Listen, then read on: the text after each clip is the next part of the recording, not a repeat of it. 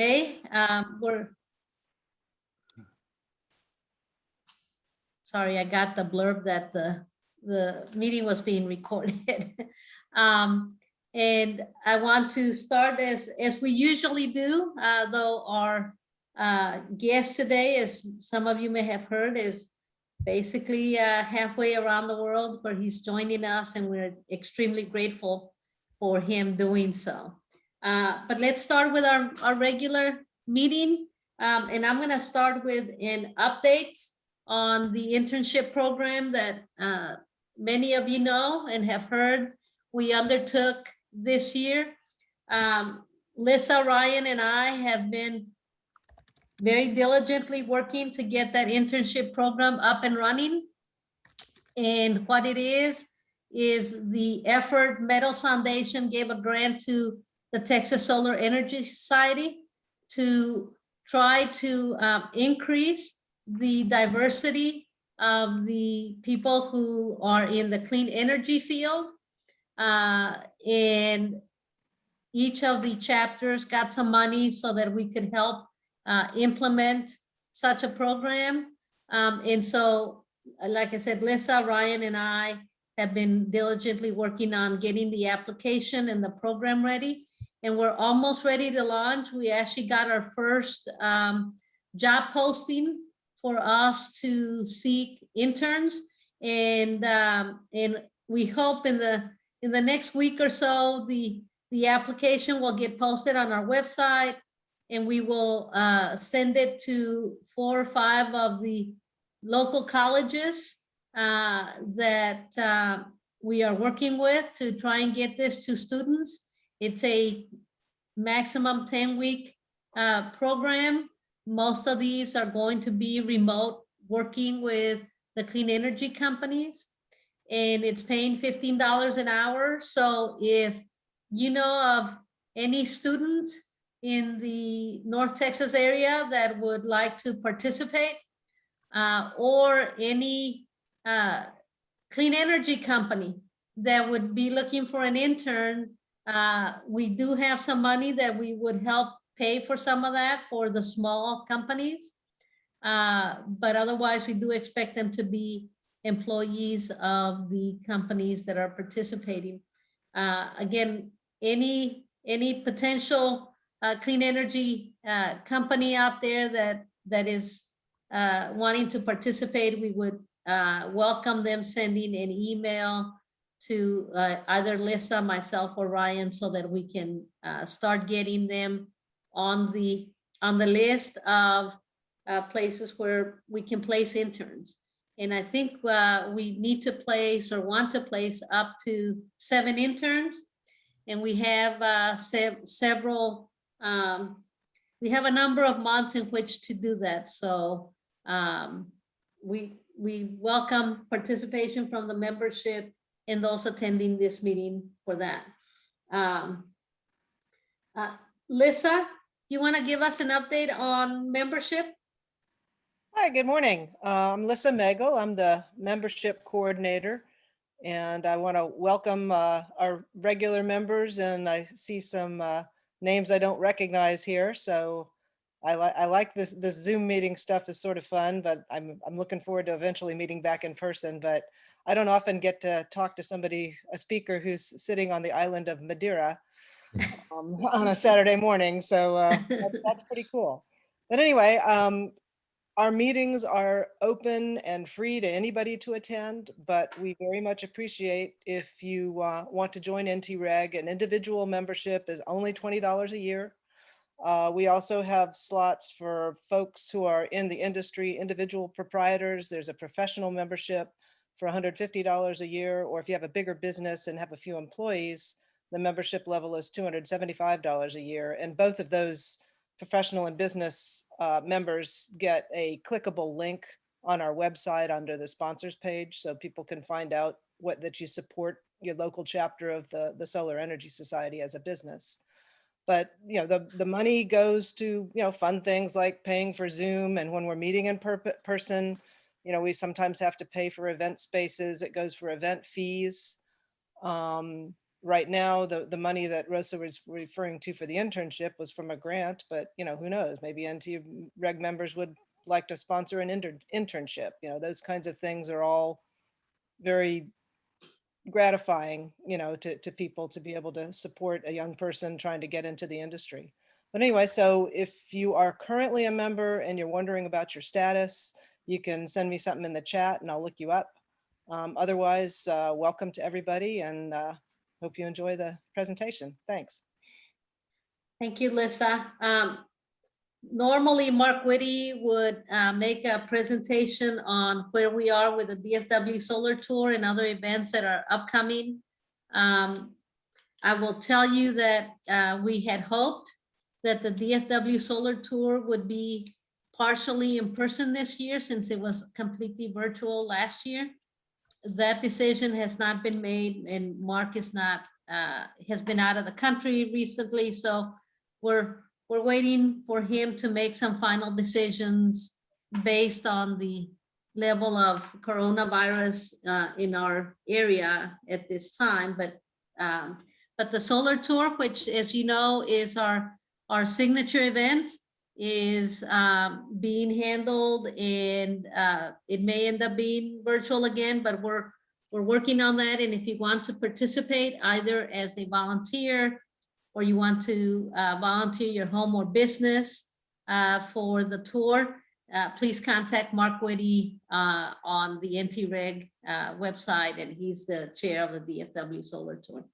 We have some events that are upcoming. For example, Dallas College is having its Sustainable U coming up in late September, and they have requested that we provide a speaker, a couple of speakers for their event. If we don't have a link to that yet on our website, we plan to do so, and that should be up there fairly quickly. Lastly, I want to update you just a little bit on the community project that we undertook this year. You might recall last year we solicited community projects so that we could have the wide breadth of expertise in this group to be used to help community problems in our area. We undertook to help the city of Dallas to implement its climate action plan that it adopted in May of last year. And I'm happy to report that there were 2 phases to that community project. The first phase was ably met by the end of June by a number of members in the group, and the second phase is due to be completed by the end of this month. And from everything I can tell, we are on pace to complete that timely. Michael, is there anything about that you wanted to chime in about or not? No, I believe you covered it very well. Thank you. Okay, thank you. We also, during our meetings, have a time period for members and other participants to make announcements about groups they may be involved with that are related to clean energy or solar energy or sustainability efforts or clean air or climate change, to make announcements. So do any members on the meeting here have any announcements they want to make? If you do, please unmute yourself and make your announcement.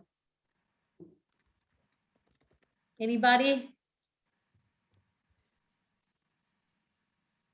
Hearing none. How about any guests that are attending? Anybody want to make any announcement about anything related to clean energy or sustainability, conservation, solar, wind, biodiesel? And again, unmute yourself and give your announcement. Yeah, this is Skip Cave. Can you hear me? Yes, sir, please. All right. Well, I was just mentioning that the city of Parker is designing a new municipal complex, and I've been pushing them a little bit to think about renewable energy. It's a little bit difficult because I don't think they've even conceived of that as part of the design, but I'm at least getting them to think about roof positioning and window orientation and walls insulation, foam wall insulation, and you know, metal roofs, the whole thing, you know, and they're starting to think about it. But you know, and I did get them to watch. I did get a couple of the people in the city to watch the last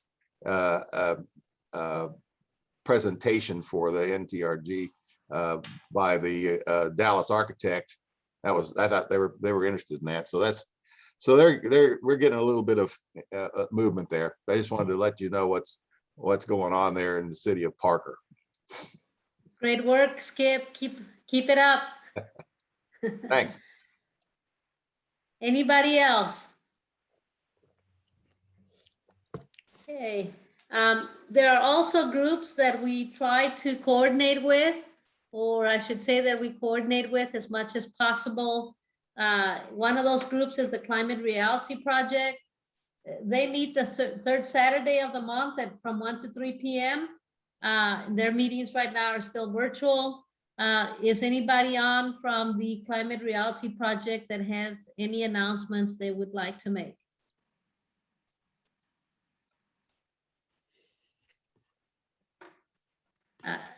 Larry, I see you're on the call. You want to make any announcements about what's going on with legislation that you might want to have members chime in on? No? Okay. Hi, Rosa. No, sorry, I was Oh, that's okay. Go ahead. on mute. There, from a not necessarily legislative perspective, but the Public Utility Commission is undertaking a review of the wholesale market design. That was a result of the legislature saying we need to, you know, go back and better protect ourselves from these extreme conditions. And so they are currently taking comments and holding workshops on this. You know, you could submit comments now to the Public Utility Commission online. There's a specific project for this. So later, maybe I can put that in the chat, you know, a link to that project. And then if anybody has any questions on how to do that, I'll also include a link to the personal letter that I included or comment I included, and others are welcome to try to do the same. You know, it's important that they hear from the public on this. The other thing I'd like to mention too, just from a climate action perspective, the group I volunteer with also has a campaign going on right now to help drive climate legislation in this year. So there's an easy way to do that. As a matter of fact, I was just looking at if there's any Bill Gates fans out there. Bill Gates has on numerous occasions, you know, been involved with a lot of philanthropic activities, and he's also now focused on climate. And he's written a book recently with a lot of neat technical nerdy type stuff in it, which is really cool if you're interested. But as he gets to the wrap up section, he has a chapter on things you can do as a citizen. And so he basically writes in his recent book, engaging in the political process is the most important single step that people in every walk of life can take to help avoid a climate disaster. Policy makers can take on only so many problems at once, and they decide what to do, what to prioritize based on what they're hearing from their constituents. So it's very important to take time to just do a quick email or a call to your member of Congress, and just with a simple question that says, you're a constituent, you're a voter, we need for you to take action on climate. You don't have to get into the nitty-gritty details, but just making sure it's on their radar screen is a big step. So I'll put a link to that in there as well as a way that you can do that. So Rosa, thanks for the comment opportunity, and I'm excited to hear the presentation today. You're more than welcome. Thank you, Larry. Thank you for keeping us abreast of things like that. I do want to make one final comment on the NTREG internship program, and that is, once we get these interns, we will need your participation as mentors so that these students can have somebody to visit with prior to, outside of the companies that they're working at, so they have a sounding board and some guidance outside of that. Michael, did you have something? Yeah, I just wanted to comment and say thank you again to Larry Howe and his initiative to support moving Tyler, Texas forward in regards to solar ordinances within that city. They actually moved forward from a restrictive ordinance that required you not to be able to install solar on a street facing roof. And so we went over and worked with a group of advocates that were able to get that ordinance changed. And so thank you again, Larry. Couldn't have done it without you. It was great fun. Thanks. With that, I think, James, did you have something? Yeah, and I put a link in the chat, and I think it's public, but, and this is specifically regarding the city of Dallas. They're doing their budget for the next year, and there's some concern about them cutting money from the Office of Environmental Quality and Sustainability. So somebody posted something on the Sierra Club Facebook page that has a list of people to contact and letters to write and that sort of thing. So if you live in the city of Dallas, contact your council person. If you're interested in making sure that the Office of Quality and Sustainability is properly funded. With that, Ryan, I think I'm going to turn it over to you to introduce our wonderful speaker today. Thank you very much again, and welcome everybody. And I hope you enjoyed the presentation. Please make sure to mute yourself if you're not speaking, so that we can get the best quality sound and we can all enjoy the presentation. Thank you very much. Ryan? Thanks for the marching orders of the day, Rosa. I am, it's not too often this organization gets to hear from a speaker who, as Rosa suggested, is halfway around the world doing amazing work in countries that are completely around the world. And so I'm very excited to introduce Affy Hannan. Affy, as he often goes by, was named Forbes 30 Under 30 Asia for enabling utility companies in Cambodia to energize rural villages that aren't connected to national grids. This recognition follows a long list of awards and accolades given to Affy and his company Okra Solar since its inception 4.5 years ago.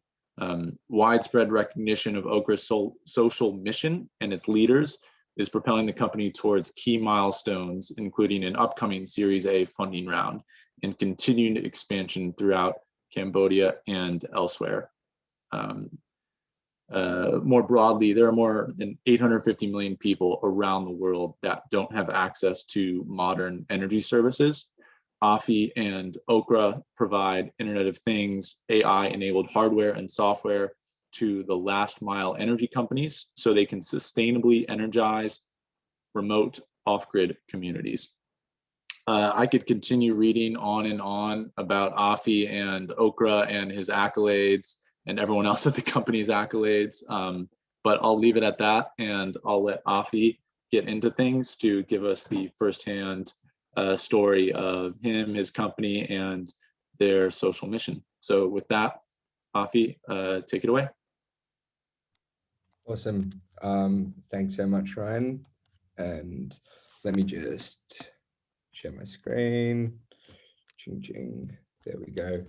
And yeah, in general, it's pretty reassuring and refreshing to hear all of you hustling and working so hard on your weekends to try and make renewable energy and solar more accessible and available, and help the next generation as well. So it was nice to be part of that first 15 minutes. Interesting to note things like how they just don't let you put solar PV on the roof if it's facing the street. I thought that would be a nice thing to see rather than an eyesore. Yeah, Texas is an interesting state, to say the least. Yeah, that's it. And so you could have, the best technology in the world, but if you don't overcome these kind of last mile barriers to adoption, for example, getting the local council or government on board, then it doesn't matter how good your tech is, right? So everyone plays their role. Cool. Well, let me run you through what we're doing, and I'd love to, get any questions and potentially see if there's ways that we can collaborate as well. And in general, always happy to get another perspective on what we're doing. So absolutely. In terms of questions, if folks could put those in the chat, and then we can have a Q&A discussion at the end here. Nice. Hey Ryan, can I just get a confirmation that you can see everything all good?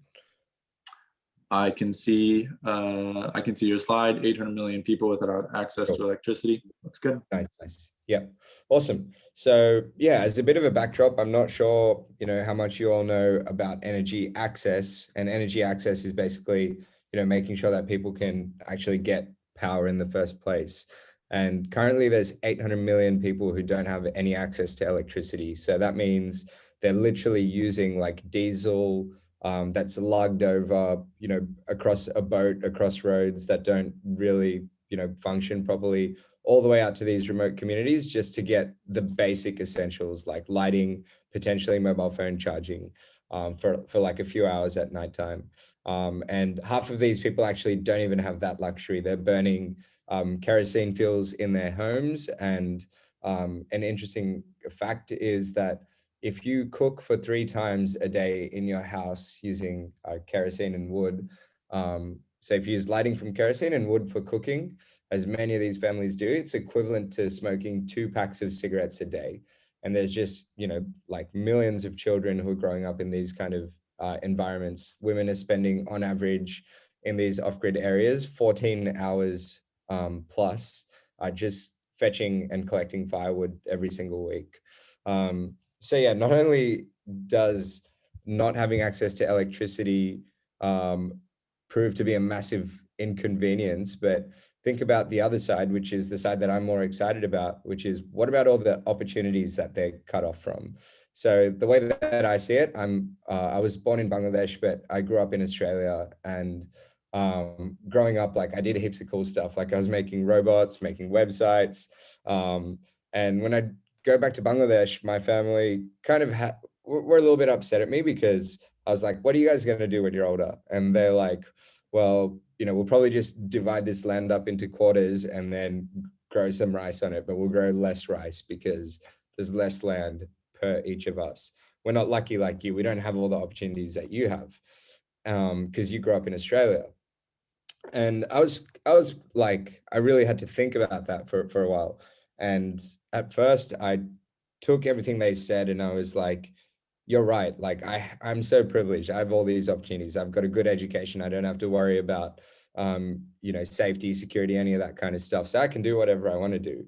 But then as I thought about it deeper, I was like, wait a second, like all the things that I'm learning, all the opportunities that I'm creating for myself, they're not actually opportunities that I'm getting from school. They're opportunities that I've learned from the internet. For example, building robots or building websites, and like understanding all of the cool things that are happening with the way that technology is going forward.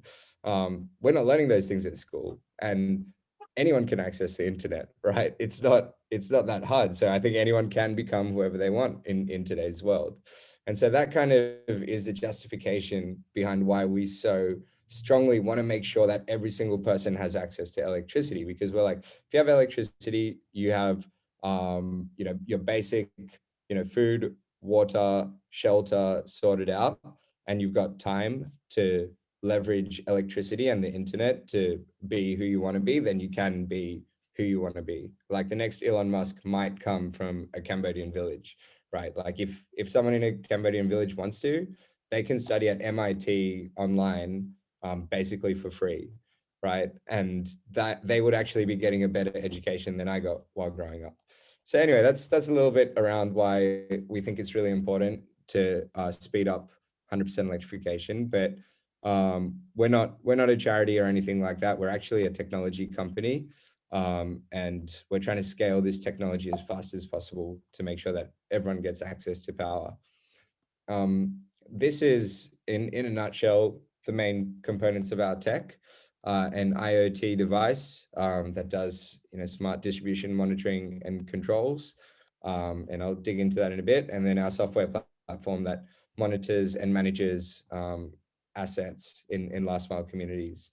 So far, we've been approved by a World Bank program to subsidize the rollout of our technology, which is speeding up the adoption. We're relatively early stage, but we've generated more than $1 million of total revenue, with more than 1,500 kits distributed to our customers. Most recently, we were announced the Cleantech Asia Group company to watch by 2030, and the Forbes company to watch, Forbes energy company to watch from Southeast Asia. And we won the TechCrunch Hardware Battlefield Award. But yeah, awards aside, it's a challenging game and it's pretty much cutthroat. Like, people who don't have access to electricity have very, very low income. So we need to figure out a way to make sure that they can actually afford getting access to power. Otherwise, no one's going to be incentivized to deliver that power to them. So if we look at what's happened at a macro level, over the last decade, solar PV and batteries have come down in price by 4 times. And they're expected to at least half, if not come down by another 4 times in the next decade. So this is just hitting rock bottom, which is a great thing. But these communities are in really remote last mile areas. So we have an AI based IoT solution that largely automates last mile electrification to unlock a $100 billion market in off-grid energy access. So I'll give you a little bit more background on kind of how the ecosystem has developed over the last decade. But it's gone from lighting kit companies who've been doing a lot of good work, just getting a small solar panel out to these remote areas so that they can power a light bulb or charge a phone, displacing, the kerosene largely. And then more recently, a number of companies raised like over $250 million each in order to deliver plug and play solar home system kits to these last mile communities. And this is, a larger system with a battery, and it could power a fan and a television. So giving a lot more utility to these households, or comforts to these households. But more recently, governments have seen, they're like, look, if we leave it the way that it is, particularly because of the 800 million people that don't have access to electricity, 600 million are in Africa. And the population growth in Africa is faster than the growth of the electricity grid. So they're like, man, if we want our communities to develop and enter, the modern economy, we can't do grid extension. We're going to have to do mini grids, because like off-grid solutions, because that's the only way they're going to get enough power. And mini grids are backed by governments over solar home systems because, they can provide more energy. So enough for refrigeration, pumping, power tools, things that are actually going to help generate income for the community, as opposed to just, television or light bulbs and fans. So when we looked at the situation, we've looked at these companies and we pretty much established that not a single one of these companies are going to be commercially viable in the long term unless they seriously benefit from large government subsidies. And if you're fully dependent on government subsidies, although they're great, but if you're fully dependent on them, then it's not going to be that magic bullet that, helps you just reach 100% electrification, because you're going to make money by getting power to people. That's really our mission. So we broke down the last mile energy problem, and we were like, okay, what would be the best system to design for these communities? Well, we know that there's lighting kit and solar home systems that are providing basic access. But the problem with that has been that it doesn't provide enough power for productive use. Use that can help these communities increase their income and as a result pay for more power, which makes it more profitable for utilities to actually serve them, while being cost effective enough so that the utilities are like, yeah, I want to deploy this. I don't care if there's a subsidy or not. So that was really our target. And the way that we concluded it was, okay, we're going to have to make a call for cost optimization versus utility. And we drew the line at hot water heating and air conditioning. And we're like, anything that's going to provide hot water heating for the household and air conditioning, let's call that, you know, like a luxury. And anything below that, power tools, refrigeration, water pumping, milling machines, all of these things, let's figure out how we can power all of that and optimize for cost accordingly. So provide tier 3, tier 4 power at the lowest cost. So in terms of what we were up against, this is the status quo of off-grid electrification. It's basically setting up distributed solar PV and batteries along with an inverter in these really rural areas. So what happens is, let's say there's 100 households and they've got, you need 200 kilowatts of PV in order to serve those 100 households. You install all of that PV and all that battery storage at a centralized point. And then from there, you lay out transmission and distribution all the way to the last house in this village. But as an energy company, if one house is like 500 meters away from the rest, it's going to be a really big pain in the bum for you to extend the line out there, because it's really not worth it for you, because this guy's really consuming a very small amount of power and you're going to have to lay out all this cable. On top of that, let's say that 100 households are located along a 1.5 kilometer line of distribution cable. In order to make sure that you're not dropping all the voltage and the power that's being generated here, you need to do two things. And one is you need to use thick enough conductors to ensure that you're not losing the power. And the second thing, which works hand in hand, is you need to boost up the voltage to a level that ensures you're not going to lose all the power.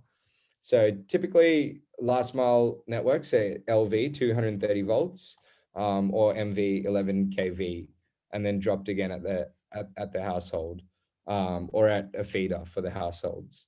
But what this basically means from an engineering standpoint is that because you're using 230 volts or 11 kV, you're not allowed to, or you shouldn't use people in the community to touch anything if something goes wrong, because they're not trained technicians, which means you have to go all the way out there to fix things up if there's an issue. And the other thing is, because these households are so dispersed, interestingly, the cost of transmission and distribution is leading to become up to 50% of the CapEx setup cost. And that's simply because they're literally using about 100 watts or 200 watts of PV per household, like a really small amount of solar PV and battery storage, but you're still having to lay out all the distribution to get the power to these households. So yeah, these are the problems we identified. 50% of setup costs are in transmission and distribution, and that could only become greater as PV and battery prices go down. And the second one is, because you're using 230 volts or 11 kV, you need to send trained technicians out into the middle of nowhere where there's not even a road to get there if something breaks. And so over a 10-year project cost, 40% of your cost is actually in payment collection and O&M. And putting all of this together, it just means a bad equation for the investors, 10 to 20 year payback period for the average mini grid. So that's what we begun addressing with our technology. And it was, okay, rather than this traditional mini grid, how can we optimize to give the power that these households need at the most effective cost, in a way that these utility investors will be like, it doesn't matter anymore. We're going to go out, we're going to energize everyone because we're going to make money from serving these last mile households. So here is how our technology works at a high level. It's a IoT device along with a plug and play solar panel and a battery. And energy companies can go out to remote communities, no matter how dispersed their households are. They can instantly set them up in a plug and play standalone configuration. So basically they just mount the panel on the roof, put the battery on the ground in the house, and then they plug both of them into our IoT device, which is mounted on a wall. And as soon as I do that, this household now has access to power. And it's an IoT device, so it's reporting data to the cloud. It can be remotely monitored, remotely controlled, and I'll jump into that in a bit. But the innovation that we've got, in addition to what I just mentioned, in addition to just making it flexible and easy to deploy, is if households are close to each other. For example, here in the background, you can see there's like 50 households. It's a community that's energized in Cambodia. But if they're close to each other, you can take a plug and play cable from one system or from one of the devices on a wall in one house and draw that cable into a device on a wall on another house. And as soon as you do that, our firmware, which sits on the device, it takes any excess power. So if a battery is getting close to full, it will take the excess power and actually share it and redistribute it to other loads or other batteries that it's connected to. And so a key aspect of this in terms of how it's changed the game is because now, rather than power traveling from one side of the community to the other, let's say 1.5 kilometers, now if you've got 100 households and there's 1.5 kilometers distance between one end to the other, then power is only traveling from one house to the next, which is 15 meters, right? So there's significantly less power loss because it's traveling significantly lower distance. And because it's fully distributed, the panels are on the rooftops, you're only sending a small amount of power. You're not sending the total amount of power for 100 households over any single point in the line. So we can actually use 1/10 of the cable conductor size. And rather than using 230 volts or 11 kV, we can do 50 volts DC distribution. And that makes it super easy because you don't have to manage frequency and phase or anything like that. You literally just connect these systems together only when you're sharing houses. I mean, not sharing houses, sharing power, and use voltage control on our IoT device to determine when you want to supply power and when you want to pull power. And because it's all in DC, you can just add more households or more capacity in a modular fashion over time as the demand increases. And so not only is it so much quicker to set up, roughly a quarter of the time versus traditional mini grids, it's also more flexible, and these communities are changing their load quite regularly. And then finally, it's more cost effective because you're lowering the cost of transmission and distribution. So the average cost per connection in US dollars to supply about 1 kilowatt hours of daily energy to households is $700 under an Okra configuration versus $1,200 under the traditional mini grid configuration. So that was a big innovation that we deployed on the architecture and hardware side. And I can go into a little bit more detail because Ryan told me there's quite a technical bunch here, but basically this is what a traditional distribution network would look like under a centralized mini grid. Under a mesh grid, you can see the PV and the batteries are distributed, not installed at a central point. And so the power that is actually going from one system to the next is a fraction of what you would have going from a centralized system. And then as a result, you can use thinner conductors. And in addition, you're not going to just connect long stretches where there's no households under a mesh grid configuration. Whereas under a centralized configuration, just like you have to do with centralized distribution in America or Australia, where we've got like coal-fired power stations distributing hundreds of kilometers through rural areas, you need to just keep drawing the line, right? So yeah, that's a bit of an overview of the benefit of our mesh grid versus the centralized grid. And even while using 1/10 of the conductor size, this chart is showing voltage drop as LV max power loss, LV max voltage drop. So the voltage drop in an LV network actually exceeds the voltage drop. So even though the LV network is 230 volts, whereas a mesh network is 50 volts, the voltage drop on the LV network exceeds the voltage drop in the mesh network after roughly 25 households when they're 20 meters apart. And that's because you're distributing across the entire length in the centralized LV network. Whereas in a mesh network, you're just distributing from house to house. So you don't have increased voltage drop over distance. So yeah, those are a couple of the interesting things and reasons why now the entire off-grid energy industry is having to revisit the way that they set up their distribution regulations, because with distributed energy, solar PV and batteries, we now have a completely different way of delivering energy access out to these last mile communities, which is saving a lot of money. But the regulation is needing to catch up in a lot of the markets. So yeah, it's an interesting time, similar to what you just spoke about with solar PV being street facing in America, needing to catch up the regulations there.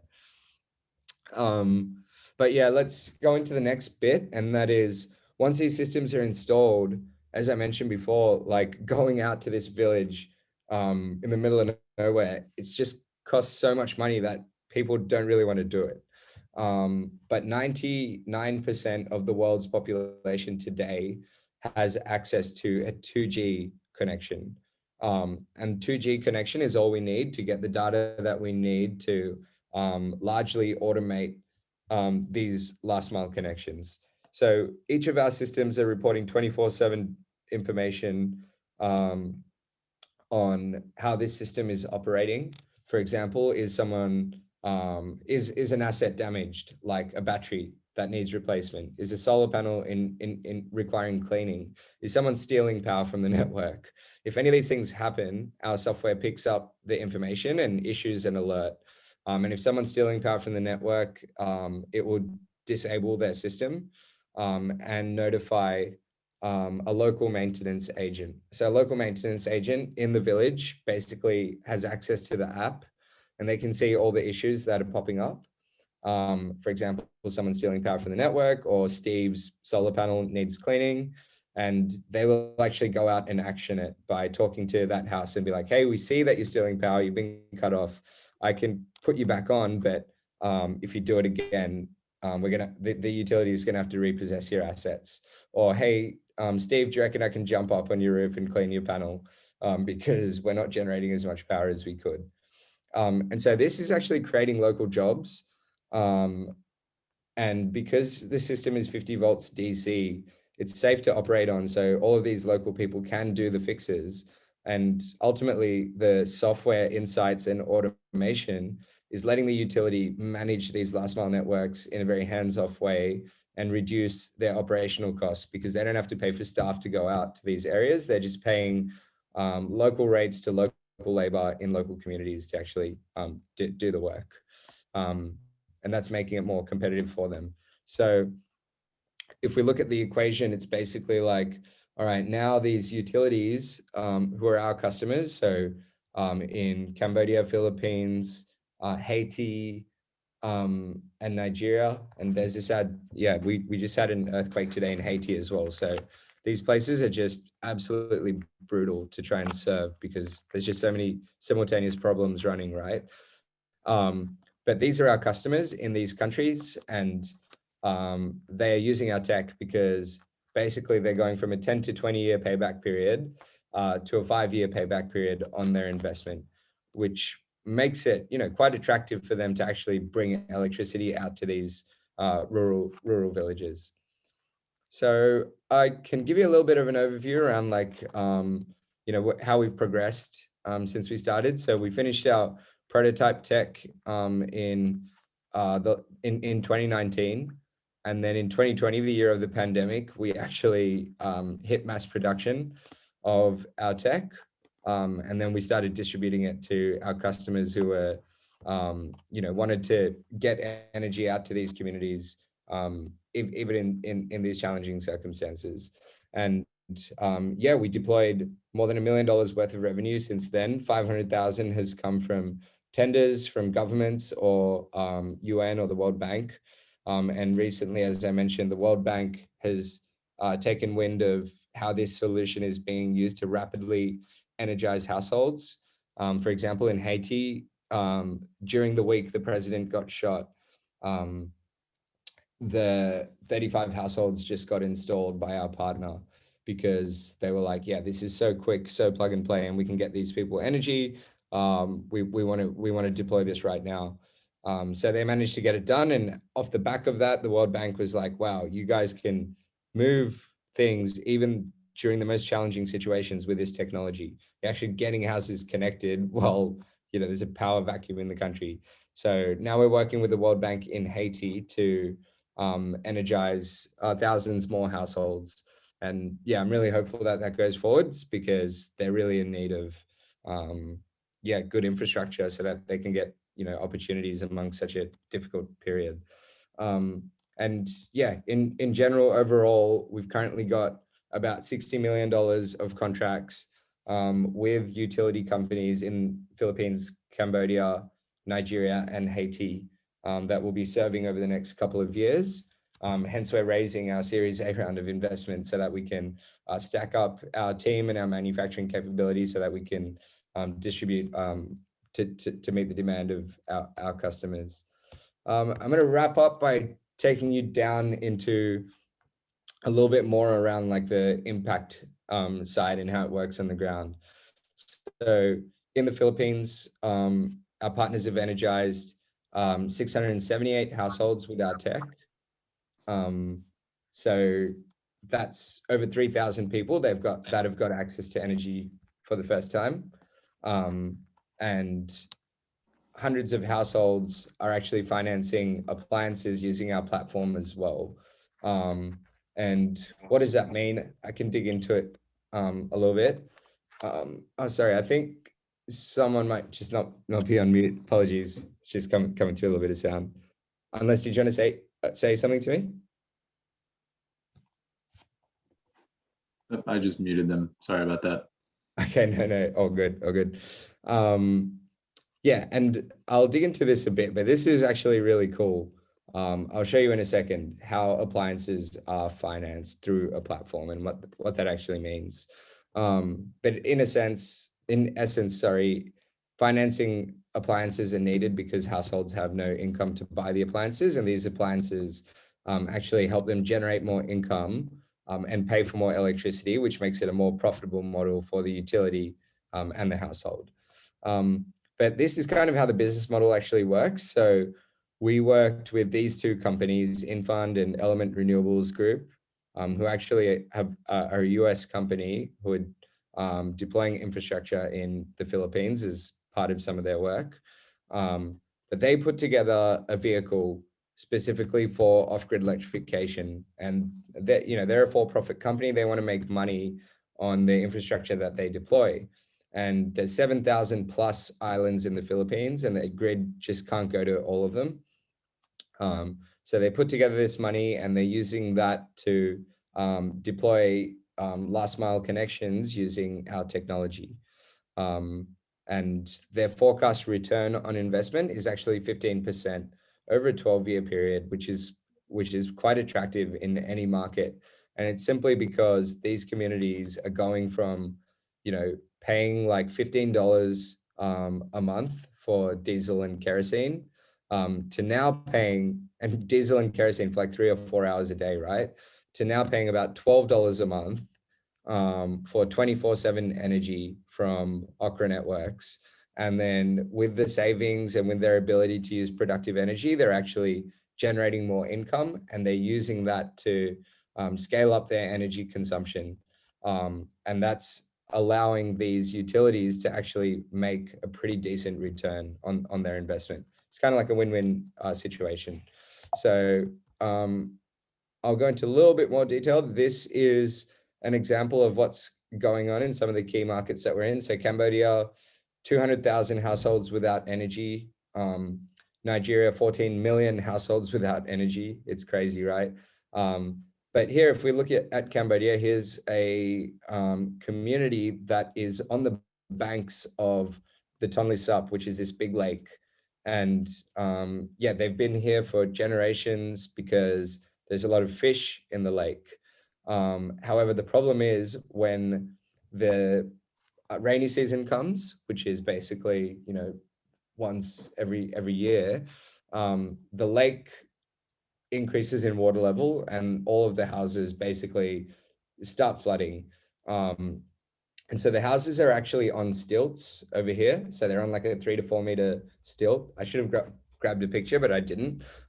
Sorry about that. But so all of this actually gets completely flooded when it's in rainy season. So the government's like, we don't even have enough money to make sure that our grid is properly operational, our main grid serving, you know, the main industries.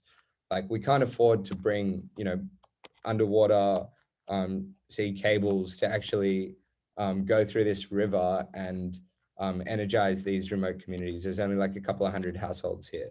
So we're going to need another solution. And so the government of Cambodia actually deployed an Okra mesh grid using our tech over there. So let me see if I can jump in. So this is the Okra Harvest platform. MME, that is the Cambodian government. And let's give it a bit of a load. So here we go. So this is basically, you know, their dashboard. It's all reporting completely live data. So they can see, you know, what the average load is, what the revenue is, because they're charging these households for energy. They can look at the utilization, see if there's potentially the ability to encourage more use of energy consumption in these communities, because that will increase their energy, that will increase their revenue rather. So if we look over here, this is, well, this is an overview.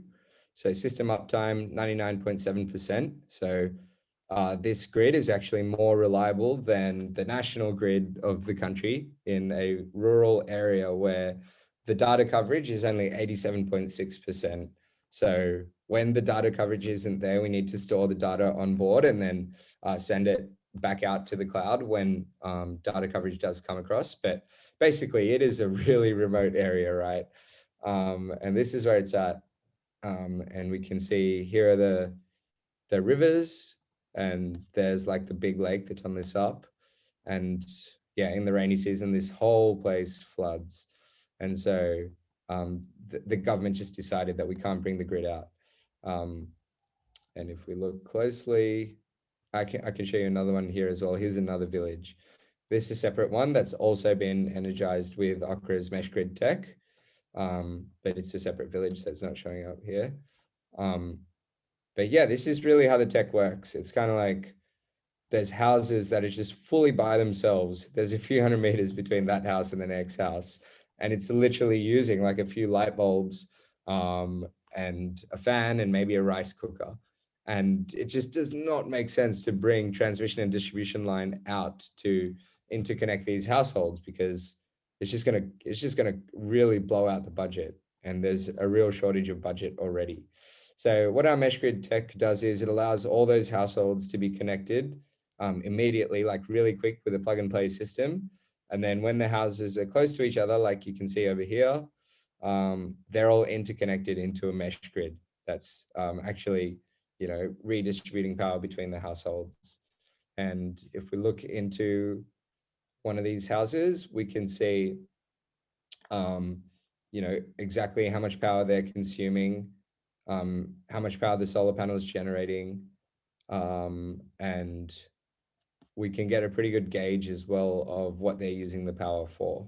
So let me try and look at one and quickly guess, but no, this one's not really easy to tell. But yeah, basically these analytics help us determine if a household has any issues. For example, if their solar panel is shaded, if there's excess power. So here you can see excess power. So it should kind of be like, you know, a curve, but it's dropping off. And that's because the battery would be full by this point in time. And not only is it full, but the households that it's connected to also would have full battery, which basically means that there's nowhere for that power to go. It needs to get curtailed. We can see here that it's using this appliance 120 watts from 12 o'clock till 12:45. So I would guess that this house is actually running a rice cooker like a couple of times a day or a few times a day. So maybe they're like a restaurant for breakfast and lunch. And then we can actually check. So this is house number 8. Let's see if I got it right or wrong. Appliances, blender. Okay, see, they're using a blender. And so what's happening is, and this is actually really cool, but because using software, you can completely control these systems. And because these households have no data on them, we don't even, like, nobody knows who they are, what their history is, what their job is, anything like that. But what we do have now is the ability to provide them power, monitor their power consumption, and also remotely control their power. So now the utility can go to the house and say, hey, look, do you want a blender to help you, you know, make juice and sell it to other people and generate more income? You might not have the money to do that, but if you want, we can finance that blender to you, which means you not only have to pay for your electricity, but you have to pay for your blender on a monthly basis. And if you don't pay for that energy plus the blender's financing fee, then our software will actually temporarily cut you off from power. So that's really how it works. And it sounds quite capitalist, but basically it's the way to ensure that people are making money, including the community and the utility, which makes it a kind of positive feedback loop that is leading to more rapid electrification. Anyway, that was some of what's going on in the ground and how it looks. And here's some of the community members there. They literally had no electricity. In this time last year, they had no electricity. They got connected end of last year. Now they're using blenders, rice cookers, refrigeration.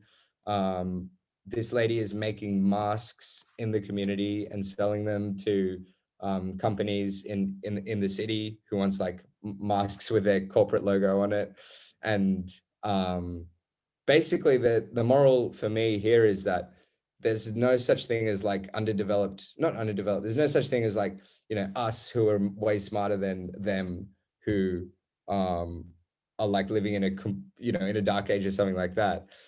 But we're all the same people. And you can see in like a 6-month period how these people can go from living in the dark, using firewood to cook in their house, to using a sewing machine and selling masks and like 10xing their annual income just by having electricity and having a bit of basic tooling and training. So it's pretty inspiring when we see that kind of stuff happen. And yeah, to kind of wrap things up here, so far we've got more than 5,000 people energized globally. And we're really looking to scale these numbers up. Our target is by 2025 to have 2.6 million people energized. And that's via providing technology to our partners who ultimately do connect these communities up.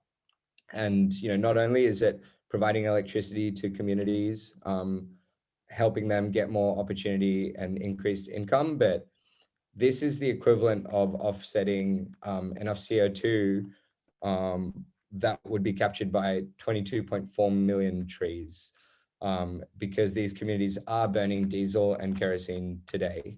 So not only do they pay less, they're more power, but it's better for the environment. And we can see how messed up environmental situations are becoming right now with extreme weather events happening all over the world. So yeah, I think it's a really important time to actually get this job done, and we've got a lot of momentum. So yeah, we're pretty excited and optimistic about the next decade of getting to 100% electrification. But anyway, I think I've spoken enough, so I will leave it here and open it up for discussion. Thanks for taking your time to listen to me. This is great. That was a lot packed in there. Thank you so much for sharing all of that and going into the details there at the end. So a question from me, just to kick us off here. Can you talk more about what you just showed there with the blender? Just honing in on that example. How did you know they had a blender? It sounded like they financed it through Okra or through the local utility. And do you have data on all the appliances in every household? Yeah, that's right. So basically, even before they get a blender or any appliance, these households, they start using energy and they start paying for energy using mobile money. So that effectively means that they get a bill or rather than a bill, it's actually prepaid in this example. So they're on various energy packages, say entry A, entry B, general A, as an example. And so they've got a usage limit that the energy company sets using our platform. So they go, okay, 240 watt hours limit or 750 watt hours limit. And then they'll be like, okay, Ryan, you can either pay me a $50 sign up fee. And if you do, then we'll put you on this usage limit. Or, you know, Steve, you can pay a $10 sign up fee. And if you do, we'll put you on this usage limit. And what that means is when you hit that limit, you're actually going to get cut off from power. And if you want to use more power after your limit, you can, but you're going to have to pay this penalty rate. And it's only going to be available if there is available power in the network. So you can push the boost button and then it'll boost the power that comes to you. So this is kind of the payment mode. And then in order for these households to get electricity in the first place, they need to top up balance on their device. So what they'll do is they'll go to a local shop front and say, hey, similar to buying mobile phone credit, they'll say, hey, can I buy Okra credit? And then the shop front goes, okay, how much do you want? And they'll be like $15. They'll be like, okay, cool. What's your house ID? And so they top up the credit. And once they've topped up the credit, it updates in our database and they can start using power and their balance is getting lower and lower and lower. So it's prepaid paying for energy. That's kind of how it works. And so based on the usage that these households actually have, and we're not presenting this data right now up here, but if we go to like each individual, so if we go over here, for example, we've got the payment data. So I'm not going to export it now, but we've got the payment data and energy utilization data for every single household. So these are houses that, as I mentioned, they were in the dark. There was no data on them before. Now we know how much they've paid, how often they've paid, how many days they had no payment, and we know how much they're using, how much energy they're using on a daily basis. So that's kind of step one. And then step two is we actually have a customer facing or household facing app. And we charge the energy utility to use this app. So here's this app, and we're like, if you want to use this, if you want your customers to have access to this app, you have to pay us. And this app lets the utility basically say that these are appliances that I would be willing to offer. So let's say a washing machine, a water pump, a rice mill, and let's say it costs the utility $100 to get that appliance. They might say that I want to charge $20 per month for this appliance for 24-month period. So they're really making a lot of money back, right? And so when they put all those appliances on the platform, and the reason why they're doing it as a utility is because they need to build load in order to sell more power, in order to be more profitable. When they put that on our app, the customers, when they're checking how much how much availability of credit they've got, they can also see appliances that they would be eligible for financing. And so they simply click the button and say, hey, I want this pump, or I want this electric cooker. And when they push that button, a notification goes to the utility and it runs a check against that household's payment data. And it's like, okay, cool. This household should be eligible for a financing according to our data. So you should go give them that appliance. And if you give them that appliance, then not only are they going to get debited for their energy bill, but they also have an additional appliance bill. And so that's what they have to pay now on an ongoing basis. And when they finance that appliance, it does get recorded on our platform. So now we've got all the data on who's financing what appliances and how close it is to being paid off. So that's kind of how the flow works. That's great. There's I have a couple follow-up questions to that, but I'll go to the chat because we got a handful of questions here. So Grace Darling, what metals are in the IoT devices? What metals? Yep.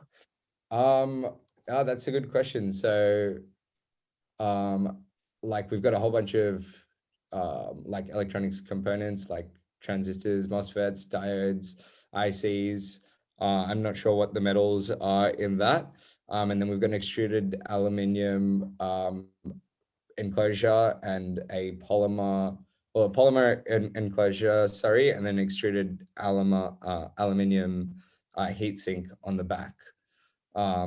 So, and then we've got it's all the components are on a printed circuit board. So yeah, that's all the information that I actually have off the top of my head. But can I get some more context? What is the reason why you're asking that question? I'll let Grace respond to that in the chat. But I guess we can move on to another question in the interim. So Nick mentioned, are there distance limits with the type of DC transmission line between 100 homes over 1.5 kilometers? In other words, are there any size constraints in terms of number of homes or distance of transmission lines? Yeah, so great question, Steve. So in terms of number of homes, there isn't. So you can add like theoretically in, hundreds of thousands of homes to this line, to this mesh. It can just be like infinitely stackable, but distance is the constraining factor. So if you've got more than 50 meters, that's when you would start having more than 5% of voltage drop when you're pushing from one house to the next. So at that point, we would recommend either installing the system as standalone, that's one option, or another option is actually increasing the cable conductor size, that's option 2. And then option 3 is not technically feasible with our current hardware iteration, but it's basically boosting the voltage further from 50 volts to 100 volts DC. That can increase the range. But for now, it's basically like you just install those isolated households as their own mesh. Gotcha. To economize. So 5% voltage drop for every 50 meters? Yeah, so it depends on how much current is going over the line, but at the maximum current distribution, which is roughly 6 amps, you'd have 5% voltage drop over our specified conductor size over a 50-meter distance. Gotcha. Okay, good deal. Moving down the chat here. So that last question was Nick. Dharma, are you guys making any big push in off-grid applications for use of DC-based appliances, given that they are more energy efficient and can lead to a smaller kilowatt footprint? I think you touched on that, of course. Anything to add? Yeah, so I don't think I actually mentioned it in the presentation, but we were the strongest proponents for DC appliances because they're more efficient and, like power is generated in DC anyway, so you have to do less conversions along the line, which increases the network efficiency too. So there's appliance efficiency and network efficiency. However, a problem that we ran into was the supply chain of these DC appliances. For example, like a Samsung kettle is manufactured in like the hundreds of thousands of volume, whereas the DC appliances are manufactured in the thousands or tens of thousands of volume. So the price points of DC appliances are actually on average, like aside from televisions and fans, which you can get quite competitively, but anything else, you're looking at roughly 2x the price. And so the gains that the end user would get from using less electricity are typically eroded by a higher upfront cost. And upfront cost optimization is really important for last mile communities because they just don't have any money to start off, or like not any money, but they've got a very low amount of income to start off with. Hence, we made a challenging design decision, and that was DC distribution for all the benefits that I highlighted, which was flexibility, speed of install, lower power loss, lower cost, but then AC power output with an inverter that we actually put at the node for every system that we deploy with our partners. Gotcha. That's great. And then a follow-up question from Dharma. Are you engaging appliance manufacturers or others to roll out such DC appliances? Are we engaging manufacturers? Can you say it again, sorry? Are you engaging with appliance manufacturers or others to roll out such DC appliances? Yeah, so we have, and sorry, I didn't mention the list of challenges that we've had with the DC suppliers is not just price, but it's also like all the other aspects like availability, right? Like you can only get it from a select few appliance suppliers, which means they've got more leverage on you in whatever the business relationship is. And then you've also got after sales support. So if a kettle that's a Samsung kettle, for example, it stops working, if someone in the community might be able to fix it and might be able to access some parts to fix it because they're all readily available. But if not, someone in the nearest big town definitely can. But with DC appliances, that kind of after sales support is simply not there. But that being said, we have worked with appliance manufacturers and they've given us equipment, and it has been challenging because when there were some issues in the equipment, because it's basically like a startup company working with another startup company, and they'd give us products that weren't 100% reliable, and then we'd have to go out and fix them. And we were like, we just can't, stack so many risks on top. We're gonna have to go with the more established supply chain of AC appliances. Gotcha. Good deal. Another question here from Eugenia.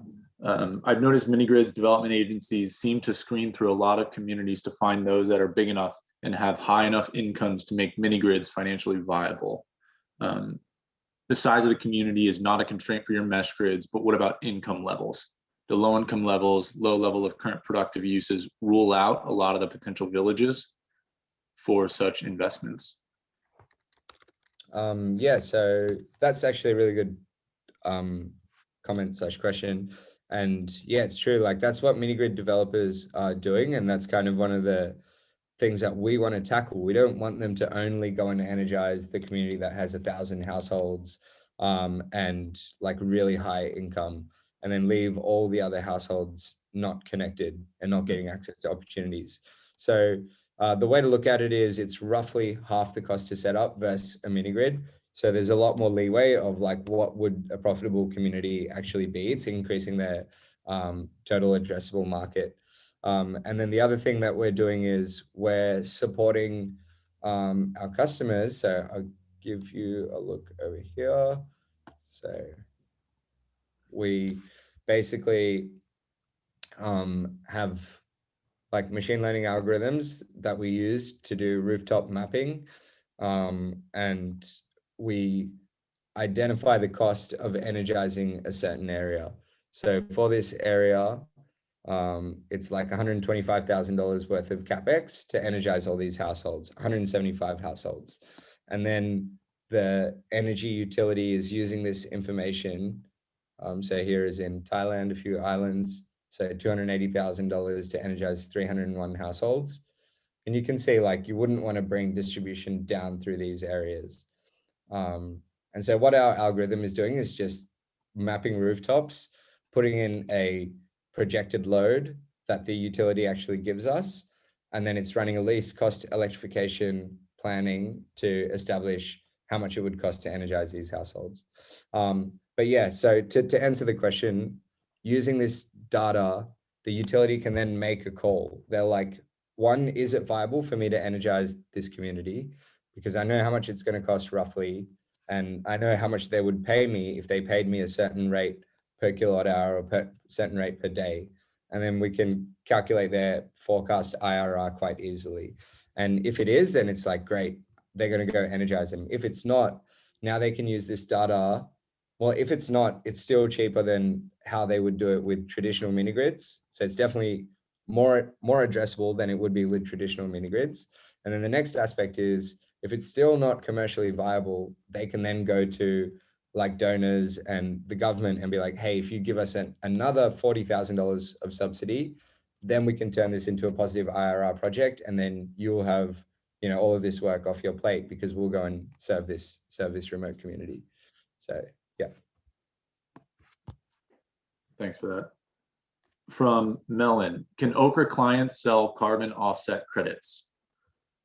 Oh, nice. That's a great question. So I might actually segue a tiny bit into a slide that I actually had for how we might be able to work together after this, right? And basically, you know, the ideas that I had, because you're a different crowd of people who I don't normally talk to, but I imagine there's a lot of, you know, switched on engineers amongst you, and you might have considerations for how we can apply this tech in contexts that you're more familiar with, or maybe even question and optimize how our tech works. We always love a challenge. But the second thing is renewable energy certification or credits from these projects.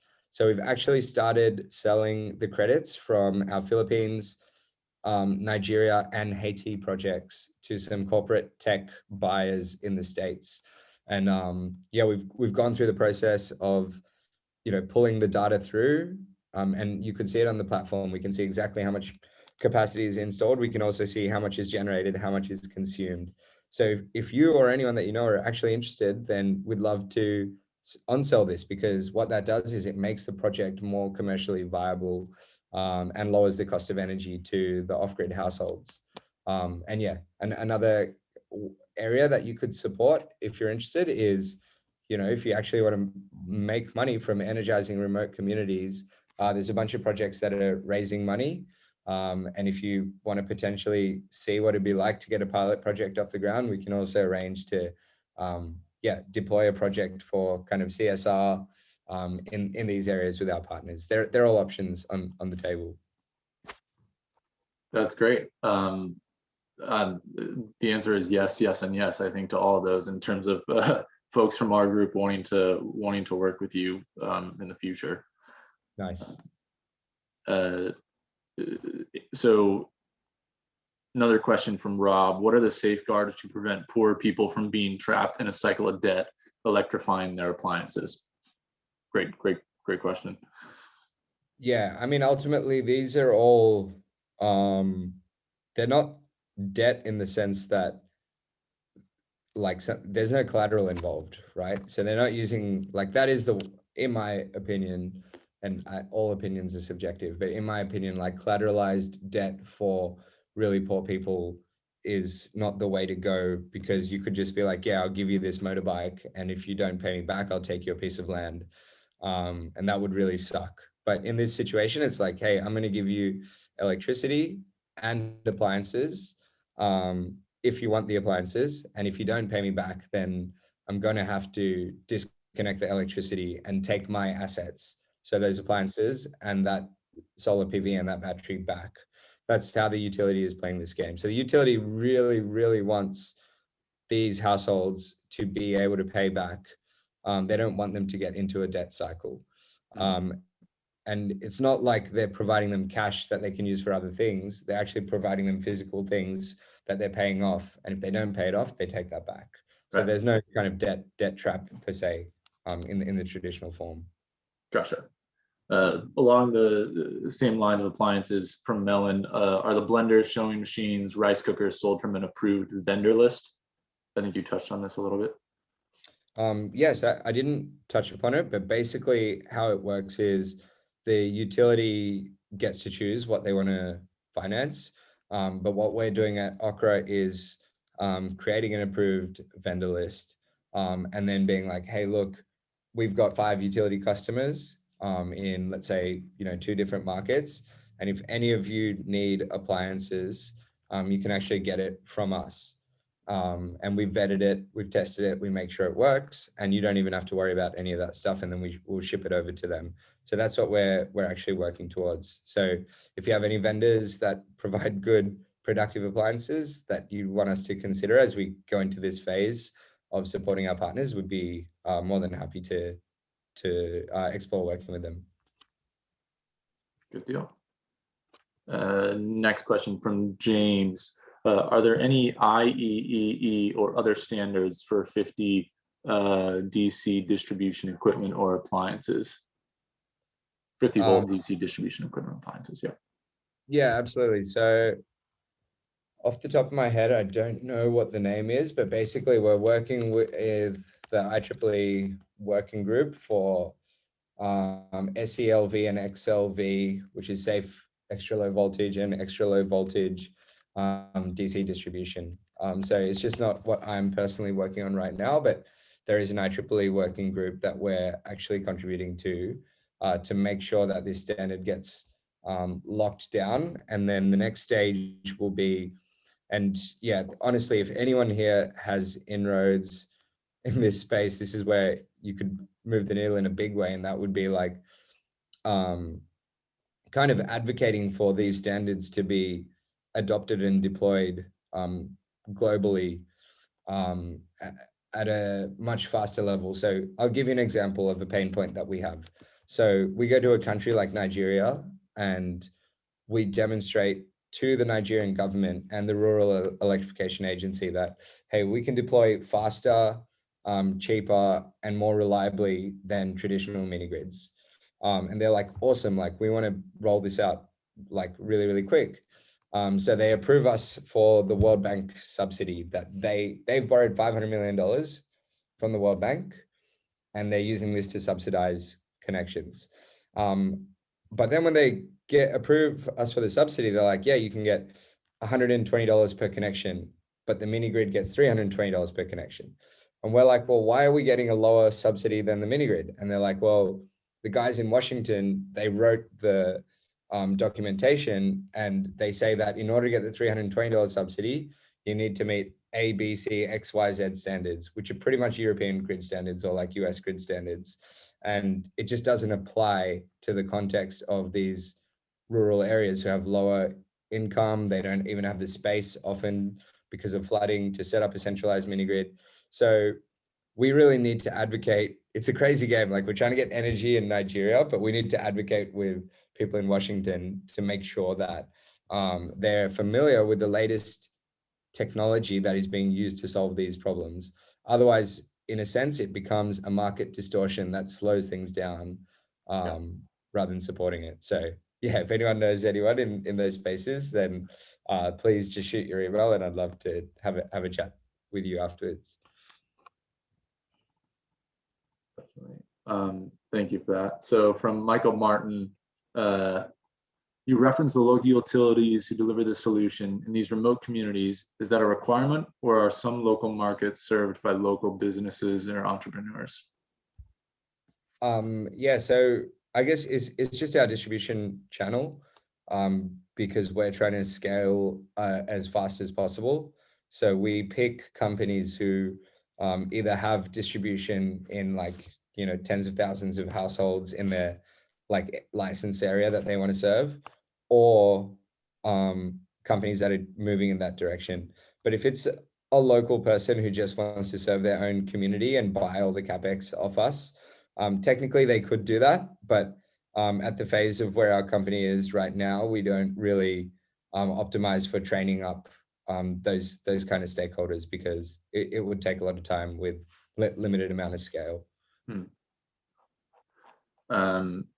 and I think I skipped over one or two here. So from Tim Clemens, my dad, actually, who is your competition?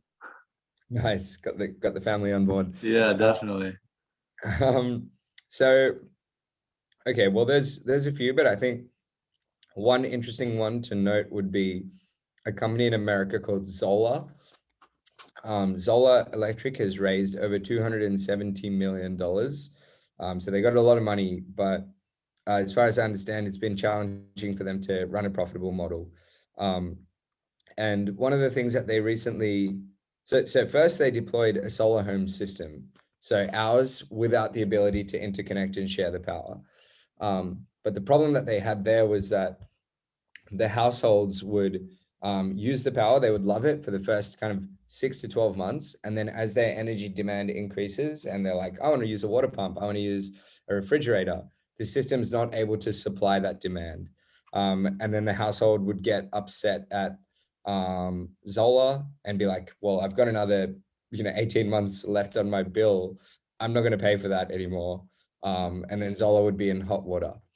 And so what Zola did was they created a new product. It dropped, just recently, about a year ago. And it's actually similar to what we're doing. And it enables these systems to be installed and then be connected together to share power. The difference is they elected to go with 230-volt distribution using microinverters at every single node, N-phase microinverters, actually. And so N-phase microinverters are quite expensive and the technology is quite nascent. And so the first thing is, where one of our systems costs about $700, one of their systems costs about $2,000. So obviously they've put a lot of engineering overhead as well that they're trying to cover their cost of. That's the first aspect. But the second aspect is 230-volt frequency and phase synchronization across, let's say, 100 generators, so 100 households, becomes quite complicated.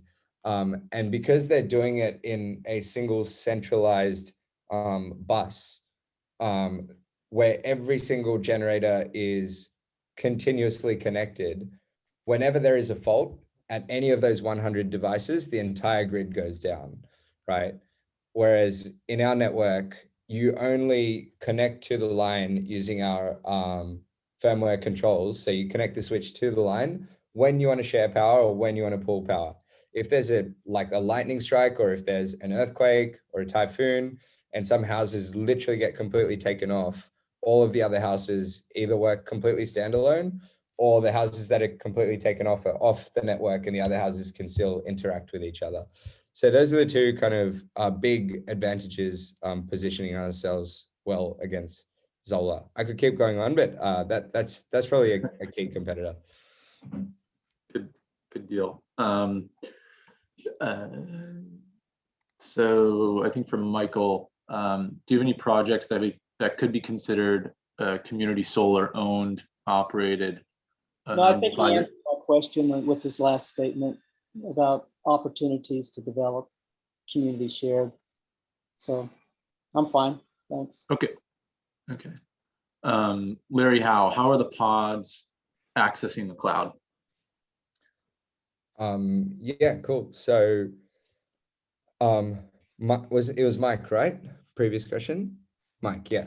So I was just going to quickly mention that they're technically still community managed, because there's local people who are doing the operations and maintenance, but the ownership, because the capex cost needs to be paid by someone, and it's typically in the hundreds of thousands for these networks.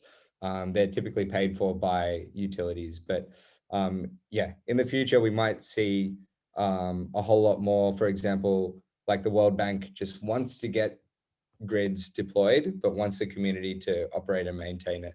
We might see a model like that being deployed in the future a lot more. The question that we just had, sorry, I'm just trying to remember, what could you refresh me, Ryan? Sure. From Larry, how are the pods accessing the cloud? Okay, yeah. So the pods, we've got a chip that we've actually open sourced, so other companies can actually use it, because yeah, we think people should innovate in areas where innovation is required, not reinvent the wheel. But basically we have like a 2G, 3G, 4G chip that's open sourced. And as long as you're collecting sensor data, you can deploy our chip and our firmware, and all you need is a SIM card from any local telco. And then it will piggyback off the SIM cards, connected network and just send it through there. So that's how it's working right now. But in the future, and it's in late stage development, but we're deploying radio on all the devices. So it's kind of just like sending, FM radio. It's analogous to that from one device to the next. So we'll send all of the data to 1 or 2 centralized pods that have that chip on it. And then that pod will use the SIM card to send it over the mobile network. And then we get it into the cloud. And that reduces the data costs for us. Yeah. Good deal. I'm scrolling through the chat here just to make sure I got everything. I think I did. Lissa, recycling of the PV panels, electronic storage components, do you have that comprehended in future plans? Yeah. So that's actually a really good one. And the short answer is right now, we don't have a comprehensive mode of addressing this, but we're being in a position where we're going to be minority stakeholders in very large projects. So I'm talking like 1 to 5% owner of these projects. And yeah, our objective is to come up with a holistic, like cradle to grave plan of making sure that everything that we're deploying can get reutilized again or responsibly recycled. And yeah, it's something that we're working on. And if you have any kind of frameworks which have worked particularly well with like commercial viability, because obviously the social side, we care about doing the right thing by the environment. But on the commercial side, these communities have very low income, so we need to provide the lowest cost solution for them. So if there's like similar to RECs, which are enabling carbon to be purchased, if anyone knows of any programs which is supporting the recycling of components to areas, then that'd be interesting to look at as well. Great. The questions keep coming in, I guess, from Michael. Are the batteries AGM? So our batteries work both with AGM and LFP, but realistically, the vast majority of batteries that are being deployed right now are all LFP, so lithium ion phosphate, as the cost curve has just come down a lot in the last couple of years. And then follow up, what type of charge controller do you use? So our device is a MPPT charge controller embedded. So yeah, basically we're converting that solar PV, finding the maximum power point and putting the power into the battery or out to the load. But in addition to the charge control, we do the metering, we do the remote control, and we do the distribution to other devices that also need more power. Gotcha. And then from James, do you have an upgrade or interconnection path for if or when traditional AC distribution grids reach these areas? Yeah, absolutely. So this is it at the moment. And basically we're about to deploy our first one in Nigeria. So it's just been lab tested. So it's an exciting time for us where everything is just being tested and deployed, because mesh grids are a different way of last mile distribution, or just a different way of energy distribution. So many other aspects are also being tested with it. But basically main grid can go into a AC to DC charger or converter, and then that gets tapped on to the distribution bus, and then it sends power in to wherever it is needed. And you can tap multiple converters on to multiple parts of the mesh grid. So that's what we've developed so far. And we didn't think that it makes sense to develop a two-way converter, because when you think about this situation, you've got like, megawatts on the main grid, and you've got like tens of kilowatts of excess power over here. So it just doesn't really make sense, in my opinion, to be pushing that power back onto here. That's number one. And then number two, something that I wanted to mention, I'm just trying to think, I had a good point. Pushing power back. I'll have to get back to it. But yeah, that's where it's at the moment. And because this is in such an early stage, if you have any comments or thoughts, like we can always look at deploying new alternative structures for grid and mesh grid interconnection. So if anyone's keen to discuss that, we can definitely arrange some calls with our hardware engineers too. Great. So if there aren't any further questions, I guess I'll do a last call for questions. Thank you, Affy, for answering all these. This has been great. Yeah, I have a question. Sure, Skip. Yes. Okay. So a couple things. One, I'm interested in, you said there, what IEEE group needs to get their DC standards upgraded. And I'm an IEEE member, and I'm a member of several IEEE groups. And I'd be interested in pushing that. If there's you can give me some idea of what that is. Yeah, absolutely. Thanks for that. So I can see that James has posted a potential standard, but I will triangulate with my team, yourself, Skip, and James as well. I should email out, and we'll let you know what standards we're working on and where it's at and what we actually need for it to be, I guess, concluded in a way that would be addressable by the governments that we're actually working with. So yeah, really appreciate that. If we can push things like this through, this really unblocks a path. Yeah, I had the other part of that is what about high income countries where if a neighborhood just wants to go off grid? I mean, so this is a whole different economic issue. It's more power probably, but I've had people, half my neighborhood already got solar on their roofs, and it was like, I wonder what advantages it would be to go around and say, hey, what if we did basically a grid approach?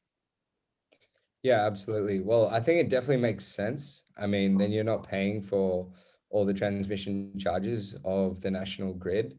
And just think about it, with solar, it's cheaper today to go online and buy a solar panel, get it shipped from China. And mind you, they've used like 1800 degrees Celsius process heat to turn silicon into solar PV, right? To get it shipped over to wherever you are and make a coffee table out of it than it is to go and buy a piece of wood from the hardware store and make a coffee table out of it, right? So solar PV is already dirt cheap, and it's just going to get cheaper and cheaper. So I think that definitely makes sense. It's not currently in our tech roadmap to do that because we've just got a lot of optimization to do to nail this current problem. But I think if we're looking like 2 or 3 years down the track, we could definitely foray into that space if it's not already being solved. Very good. Thank you. Yeah, I think this is Michael. I think what Skip was alluding to in addition to that is recently in Texas, you may not be aware that we had the power go out for almost a week. Yeah. The overall grid in Texas. I mean, it was crazy. So a lot of people are looking at, how do I become more resilient? So in case something like this happens, I can protect myself, at least, stay a little more resilient.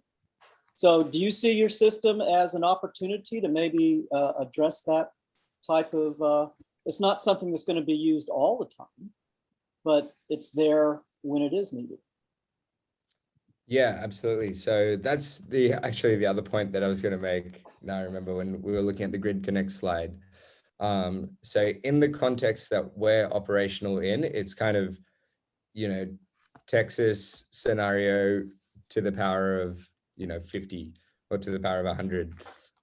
So these grids in countries like Nigeria they're only operational for about 4 hours a day, even in the best of times. And then when you go into rural areas, they're often operational for about 1 hour a day. So you don't even care. You're like, you can connect this grid over here, but we don't care about this grid because it's not a real grid. It's just pushing power down like a couple of hours a day.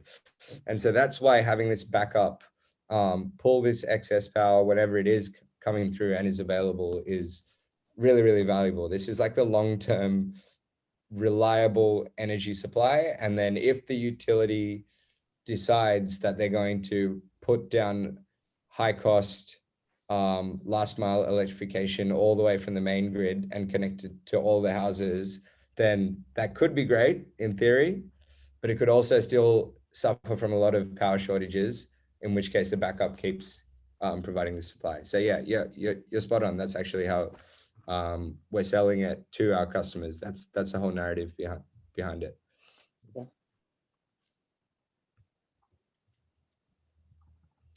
I'm done.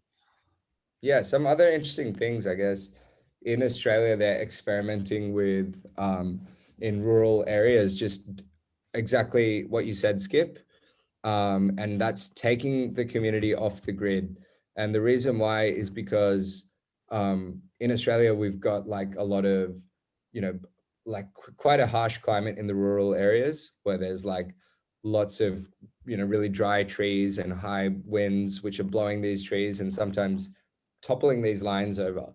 And so there's literally 30 kilometers of lines that need to be maintained in order to provide power to a couple of hundred households. And that maintenance cost on existing infrastructure is so high that the utilities are looking at disconnecting them and then putting them all on standalone grids. What's the max power that you estimate that a typical single house installation runs? You say it only runs for a couple hours a day, is that right? So before we come, they're not using much. They're using like, 0.2 to 1 kilowatt hours per day. Yeah, so it's very low. And then after we come, they're bumping up to like, 600 watt hours per day load. But the available, and that's on average, but then you've got some houses who are using like 2-3 kilowatt hours a day. And then the way that our system is designed is to provide an average availability. Like the infrastructure is designed to provide an average availability of about 3 kilowatt hours a day. But it's not set up from day zero like that, because at day zero, it doesn't have all the PV and the batteries. But as the load increases, you add more PV and batteries to that same infrastructure. Okay, thank you. So we've had a few more questions come in here. Affy, I want to be respectful of your time here, as I know we went certainly longer than you had anticipated. So a couple rapid fire questions here, I guess. From James, are the house-to-house connections electrically isolated when they are connected, or is the only isolation through disconnection? Yeah, so there's basically like surge protector devices to disconnect them again in the case where there's like a lightning strike or anything like that. But then the pods aren't physically connected unless unless one pod decides that it needs to share power or draw power from the network. So that's the only type of isolation that we've actually got. And then, yeah, sorry, that was a question, right? Mm-hmm. Yeah. And then another question. I've noticed that some countries where there was earlier a strong interest in off-grid have expanded the grid quickly. For example, India, Bangladesh. Is this a threat to the business model, I presume? Yeah, so we don't really see it. Like we're optimizing for 100% electrification. So if that's the case, then we just pivot to other markets where there's still like 800 million people without power. But yeah, I mean, practically speaking, it is a threat to our utilities business model. If they're trying to do off-grid electrification and then the grid comes with subsidized power, then they're losing their business. But the household at the end of the day, they're benefiting. And the way I say it is kind of like, what's the utility of energy? what's the utility of water? It's so much more than we're paying for it. We always want to keep the price down, but we turn our taps on and we literally have H2O, like our life blood in a cup, and we drink it, and it's costing us like a fraction of a cent. So even if they 10x the price of water, the utility would still be there, right? Of what we're getting. So I think, yeah, I guess my point is that electrification to these last mile areas, if they're done in another way, then we've got other areas that we still need to challenge and hit, because there's going to be a lot of people without power by the end of the decade if we're not using off grid. Certainly. So last question, and we'll leave it at this. Have you pitched to the Bill Gates Foundation? Nice. No, we have not. So if you're mates with Bill Gates, then just let him know that I work on weekends and I'm willing to have a catch up with him for a quick one. But no, we haven't. If you have any ins to them or any other impact tech orientated investors, and I'd love to chat to them. Good deal. So we'll park it there. Affy, thank you so much. Lissa says remarkable presentation. Dharma, congrats. Good to hear from the youngsters who are bringing the much needed changes worldwide. From Nick, remarkable company. Thanks for presenting to us. Best of luck with the Series A. So thank you very much. Rosa, Michael, any last comments, marching orders? Affy, we can't thank you enough. Dharma has been a long-term participant with our group, and for him to praise you so highly, you should take it as a great compliment. We appreciate greatly what you're doing, and as you can tell from the questions, there's a lot of interest in this group. So I'm going to chime in with Dharma and thank the youngsters for making this possible. We're all relying on you to take us through into the future. So thank you very much.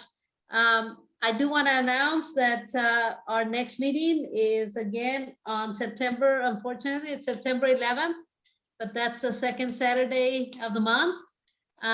We're still trying to get a speaker who will update us on what happened at the legislature this past year. If we don't have that, we will have that kind of a speaker before the year is up. So the speaker is yet to be determined, but we will be here with our speakers, and we welcome you all to please come back and participate. Thank you all very much. See you next time. Bye. Thanks so Affy. much, everyone. Thank you, Affy. Yeah, and great job spending your weekend, learning and working together to make better things happen. Take care. Best Thank of you. luck, everyone. On, Thank Affy. you. Thank you. Thank you, Bye-bye. Affy. Yes, Michael. Stay safe, stay healthy. Thank Yeah. you. See y'all. Bye, everybody. All right. Bye, everyone.